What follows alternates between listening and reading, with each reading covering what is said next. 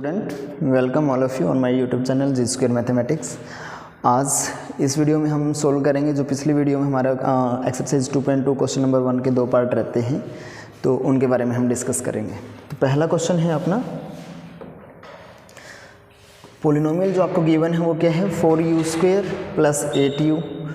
तो चलिए बच्चों, सबसे पहले हम क्या करते आ रहे हैं, हर बार गिवन पोलिनोमियल लिखते हैं जब भी सॉल्यूशन करते हैं कि गिवन पोलिनोमियल क्या है बच्चों, 4u² प्लस 8u। अब यहाँ पे ना बहुत सारे बच्चे कंफ्यूज हो जाएंगे कि सर क्वाड्रेटिक पोलिनोमियल है तो थर्ड टर्म जो कांस्टेंट टर्म है वो भी यहाँ पर होनी चाहिए। ऐसा कोई नेसेसरी नहीं है, क्योंकि जब हमने बेसिक्स पढ़ा था इस चैप्टर का तो उसमें हमने डिस्कस किया था कि जो क्वाड्रेटिक पोलिनोमियल है उसमें जो स्क्वायर वाली टर्म है उसका कोफिशिएंट 0 नहीं होना चाहिए, उसके अलावा कोई भी टर्म जो है या उसका कोफिशिएंट जो है वो 0 हो सकता है। तो इसको सोल्व करना बाकी क्वेश्चन से भी ईजी बन जाता है।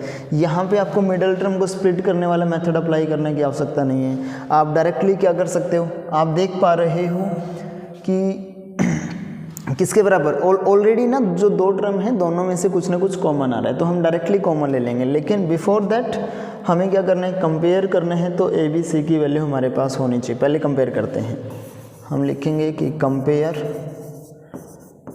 गिवन पोलिनोमियल विद किसके साथ, वेरिएबल कौन है बच्चों, u। तो जनरल फॉर्म में क्या लिखेंगे, au² plus bu plus c। तो वी गेट क्या क्या मिल गया बच्चों हमें, a की वैल्यू कितना मिला 4, u² का कोफिशिएंट, u का कोफिशिएंट कौन है, b की वैल्यू कितनी मिल गई बच्चों 8, और c जो कांस्टेंट टर्म है जो यहाँ पर नहीं है इसका मतलब वो कितना है 0।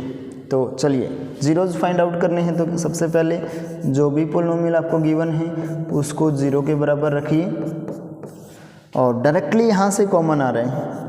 4 8 को डिवाइड कर रहे हैं तो इसलिए 4 कॉमन आ गया, u² और u में से कम पावर वाला यानी कि u कॉमन आ गया।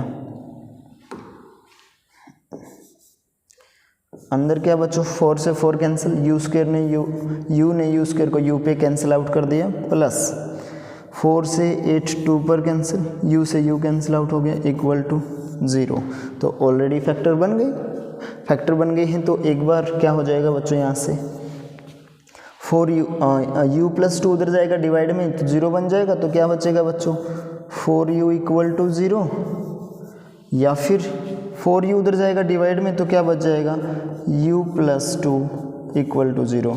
तो यहाँ से बच्चों u की वैल्यू कितनी आ गई भाई, 4 उधर जाएगा डिवाइड में 0/4 0, एंड यहाँ से u की वैल्यू कितनी आ गई बच्चों -2। तो दो जीरोज निकल आए हैं आपके, कौन कौन से हैं, 0 एंड -2।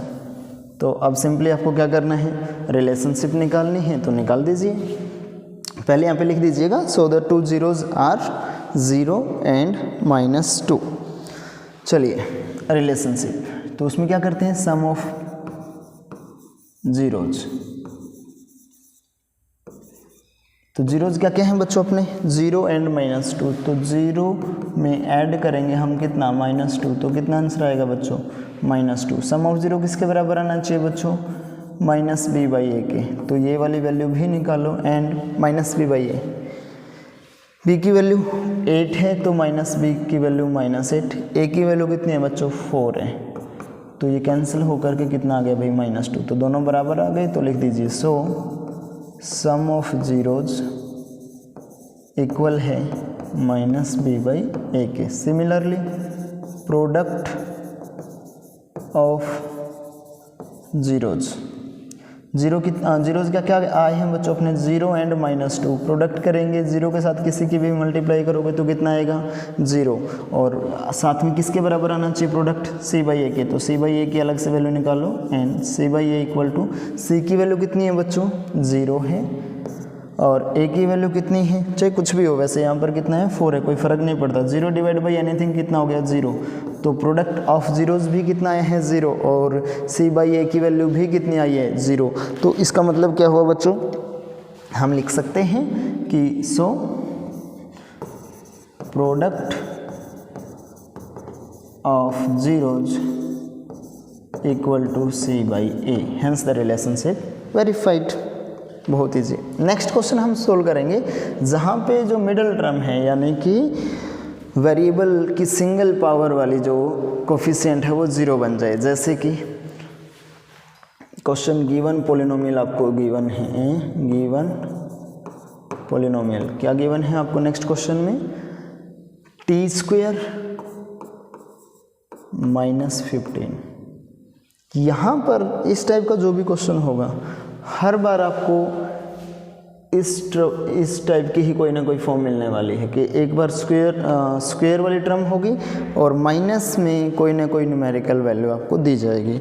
और ये क्वेश्चन बोर्ड एग्जाम्स में बहुत बार रिपीट होते हैं, तो आप इसको थोड़ा ध्यान से सीखिएगा। तो देखिएगा, कंपेयर करते हैं सबसे पहले, क्योंकि रिलेशनशिप निकालनी है। तो compare t² minus 15 with variable कौन है बच्चों, t, तो जनरल फॉर्म क्या बन जाएगी, at² plus bt plus c। We get a क्या मिला बच्चों हमें, a t² का कोफिशिएंट 1, b t का कोफिशिएंट t वाली टर्म नहीं है तो 0, और c अकेली टर्म कौन सी है, माइनस 15। अब जीरोज निकालने हैं तो क्या करेंगे बच्चों, गिवन पॉलिनोमियल को 0 के बराबर रखते हैं। तो क्या है भाई, t² माइनस 15 को हम 0 के बराबर रखेंगे। इस टाइप के क्वेश्चन में आपको क्या करना, बहुत इजी है, ध्यान से सीखिएगा। एक आइडेंटिटी आपने छोटी क्लासेस में सीख के आए हो, क्या थी बच्चों कि a² माइनस b² इक्वल होता है किसके, a minus B and a plus B. तो यही आइडेंटिटी हम यूज़ करेंगे। अब देखो यहाँ पे जो फर्स्ट टर्म है वो ऑलरेडी स्क्वायर के रूप में दे रखी है, बट प्रॉब्लम क्या है कि कंपेयर करने के लिए जो सेकेंड टर्म है वो भी स्क्वायर के रूप में होनी चाहिए। तो क्या 15 जो है किसी नंबर का स्क्वायर होता है, मतलब इंटीजर का तो नहीं होता है, तो इसलिए जो भी यहाँ पे टर्म गिवन है, मतलब अगर मान लो यहाँ पे 25 होता तो हमें पता है 25 किसका स्क्वायर है, 5 का, तो हम इसको क्या लिख देते, t² माइनस 5 का स्क्वायर या 5²। तो यहाँ से सिंपली क्या हो जाता, फिर इसको कंपेयर करते तो a की वैल्यू t और b क्या हो जाता अपना 5 आगे रख देते, आंसर आ जाता।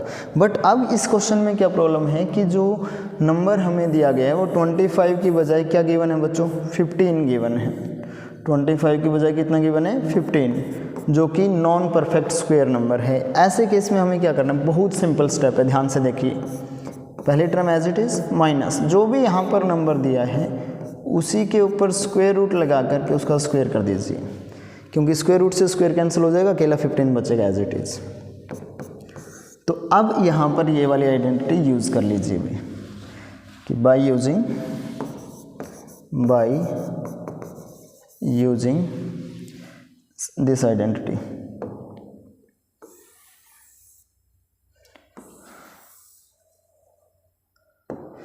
by using a² minus b² equal to a minus B and a plus B. तो a क्या है बच्चों अपना, a क्या है अपना, यहाँ पर t है, तो ये किसके बराबर हो जाएगा, देखो स्क्वायर यहाँ पर भी है, a को t² नहीं माना, स्क्वायर यहाँ पर भी है, स्क्वायर a के ऊपर भी लगा है, तो a कौन बचा, t, और माइनस यहाँ पर भी है, माइनस वहाँ पर भी है, स्क्वायर से स्क्वायर कैंसिल आउट कर दो जब कंपेयर करोगे, तो b की वैल्यू कितनी आ गई इस केस में, -√15। तो यहाँ पर वैल्यू रख दो बच्चों, तो कितना हो जाएगा, a माइनस बी, a कितना है अपना t माइनस b कितना है बच्चों, √15 and again t plus √15 equal to 0।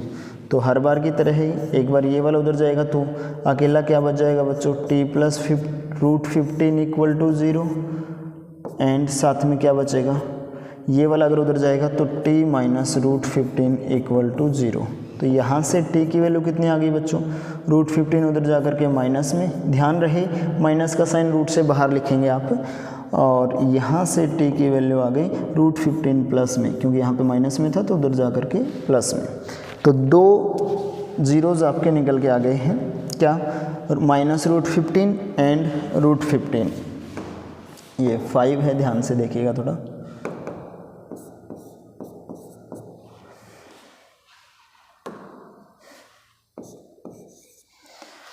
तो लिख दीजिएगा, so the 2 zeros are that -√15 and √15। Next क्या करना है बच्चों, रिलेशनशिप फाइंड आउट करनी है। तो सम of zeros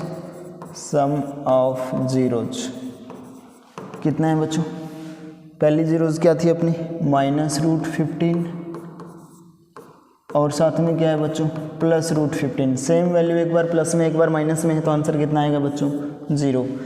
some of zeros किसके बराबर आना चाहिए, -b/a की वैल्यू निकालो। -b की वैल्यू कितनी है बच्चों 0। 0 के आगे माइनस लगाओ प्लस लगाओ कोई फ़र्क नहीं पड़ता। a की वैल्यू कितनी है बच्चों 1। 0/1 कितना हो गया बच्चों 0।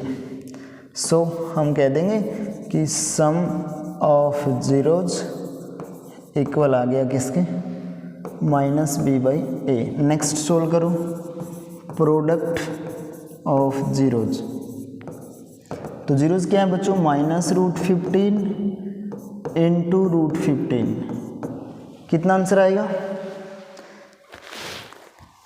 एग्जैक्टली 15 सॉरी कैसे आए, कई बच्चों को इसमें कन्फ्यूज़न रहती है।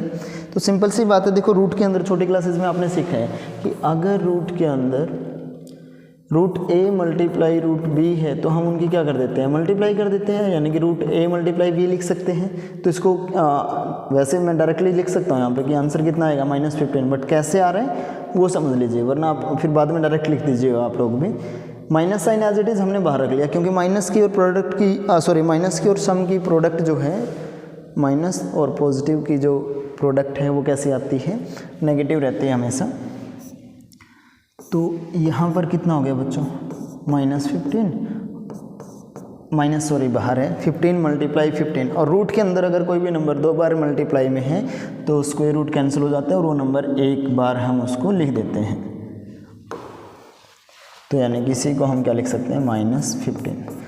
तो प्रोडक्ट कितनी आ गई बच्चों -15, किसके बराबर आने चाहिए भाई c/a के। c कितना है बच्चों अपना -15 और a कितना है बच्चों अपना 1, तो किसके बराबर आए जी -15। तो यहाँ से आप कह सकते हो कि प्रोडक्ट ऑफ जीरोज इक्वल है c/a। तो इस तरीके से आपका जो जीरोज फाइंड आउट करने हैं क्वाड्रेटिक पोलिनोमियल के, वो तीनों टाइप के क्वेश्चन हम सोल्व कर चुके हैं। तो इनमें से जो भी क्वेश्चन आपको टिपिकल लग रहे हैं तो कमेंट बॉक्स में आप बता भी सकते हो, वीडियो को रिपीट करके देख सकते हो, फिर भी समझ में ना आए आप कमेंट ज़रूर कीजिएगा। और बाकी जो सेकंड क्वेश्चन बचता है इस एक्सरसाइज का वो हम नेक्स्ट वीडियो में सोल्व आउट करेंगे। Thank you very much for watching.